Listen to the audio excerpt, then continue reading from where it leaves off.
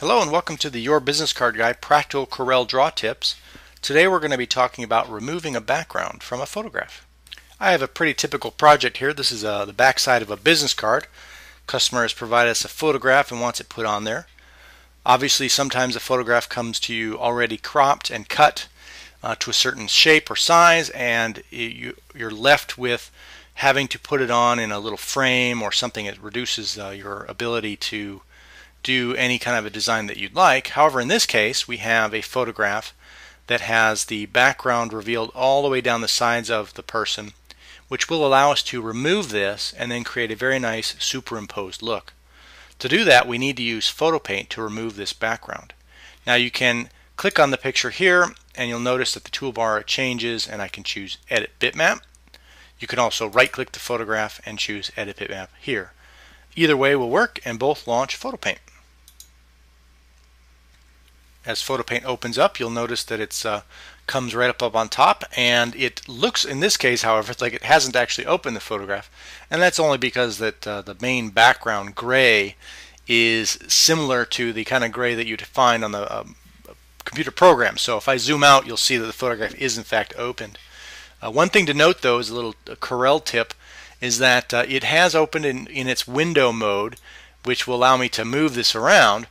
And that's fine, there's nothing wrong with that, except that I am not actually seeing the bottom of the picture, and because I'm trying to remove this background, I need to be able to see the entire thing to make sure I'm getting it all. So I'm going to double click this title bar, hit F4 again, and you'll see that it zooms out all the way, revealing the photograph at the bottom as well. Now, one thing you need to do when you want to work on a project like this is create an object from the background, and then we can go about deleting it. So I need to go up to the Object menu here, choose Create, and then From Background. You'll see that it highlights around the edge, and then over here in the Object Manager it's highlighted here as well. We have it selected essentially. And now we want to go through and create a mask from this color, and obviously this is a gradient. It goes from a very light to a medium gray, but then we can select it and remove it. So we are going to use the Magic Wand tool. Over here we've got our various mask tools, rectangle mask, and the little down arrow lets us see what else is there. I'm going to choose Magic Wand.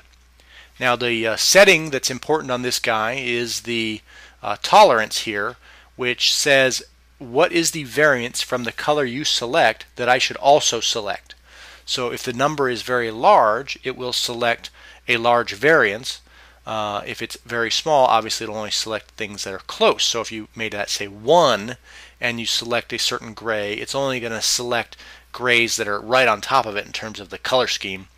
In this case I've got 12, which should allow us to select quite a bit of the gray in a single click. Let me give it a shot. You'll see here that it goes all the way from to this very light gray here in the lower left, or medium left here, and then all the way around the head, not quite the corner, and then down the side. All of this gray has been selected as well. Choose Delete, and our checkerboard reveals that it is transparent. I can now select the light gray here. You can see that it's all the way down to the side. Delete that off. Go into the lower left corner, same thing, delete. It's removed here. See, this is that section that was hidden before. Now that it's revealed, I can see that it's been deleted. I can click the gray lower right that's sort of hidden there, and it selects quite a bit in that case. I hit delete all around the edge. The corner, lower right corner, delete that, and then the upper right corner as well. And again, based on the tolerance setting, you can find what works for you so you're not having to select too often, but at the same time you don't want to be selecting things that you want to keep. If I had set this tolerance too high, it may have selected too much of the jacket, for example, which wouldn't work at all. We don't need that being deleted. The two areas, anytime you have a photograph, you want to double check very closely is any areas that there's a gap. In this case, I've got the elbow where he has his hand in his pocket. It creates a little bit of an area here, so I need to zoom in. I can see the background here. I want to select that, delete that out, zoom back out. And then the other area that you can't really see from this zoom level, but my experience tells me is always a problem, is the hair. So I'm going to zoom in, and I'll show you what I mean. you can see that the hair has created these little pockets where the background still shows through. So those need to be deleted as well. The level that you go to is based on your project. Obviously, if you have something that requires that you get in and really clean every little bit out, then you're going to be spending some time doing this. But in the end, you'll end up with a result that looks very nice. And you can play with it. Like that case, maybe it's selected too much, so I undo that, change the tolerance setting, and then I can continue. The other route you can go is to use the eraser tool. And I have this guy here on the bar. I'd click that. And then the setting it has to do with the size. Obviously, the circle can be made larger or smaller. I can zoom that thing up.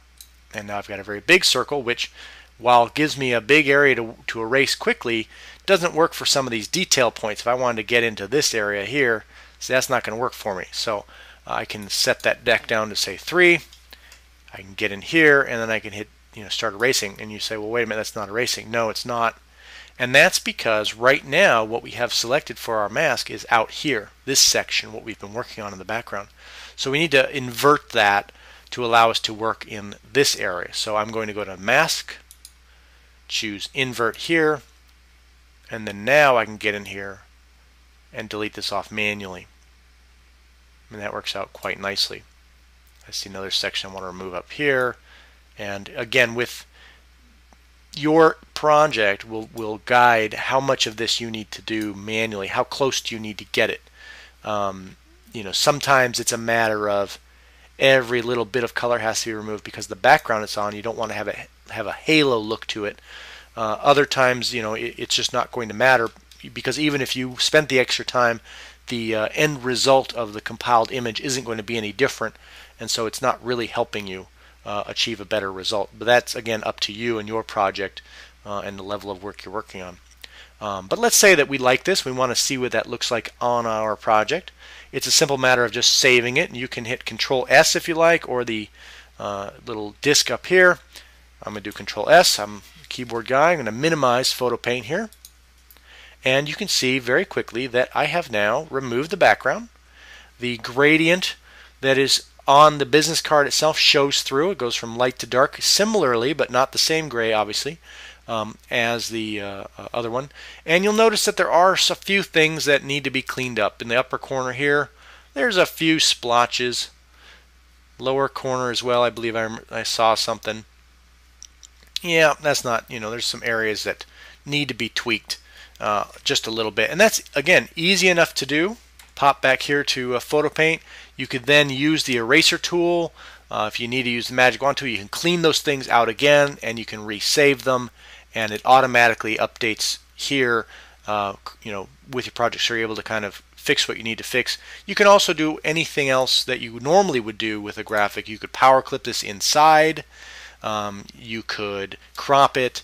Depending on what you're working on, you have all the power of Corel to work with now at this point. But that is a pretty quick way to remove the background to create a very nice superimposed graphic look to your project.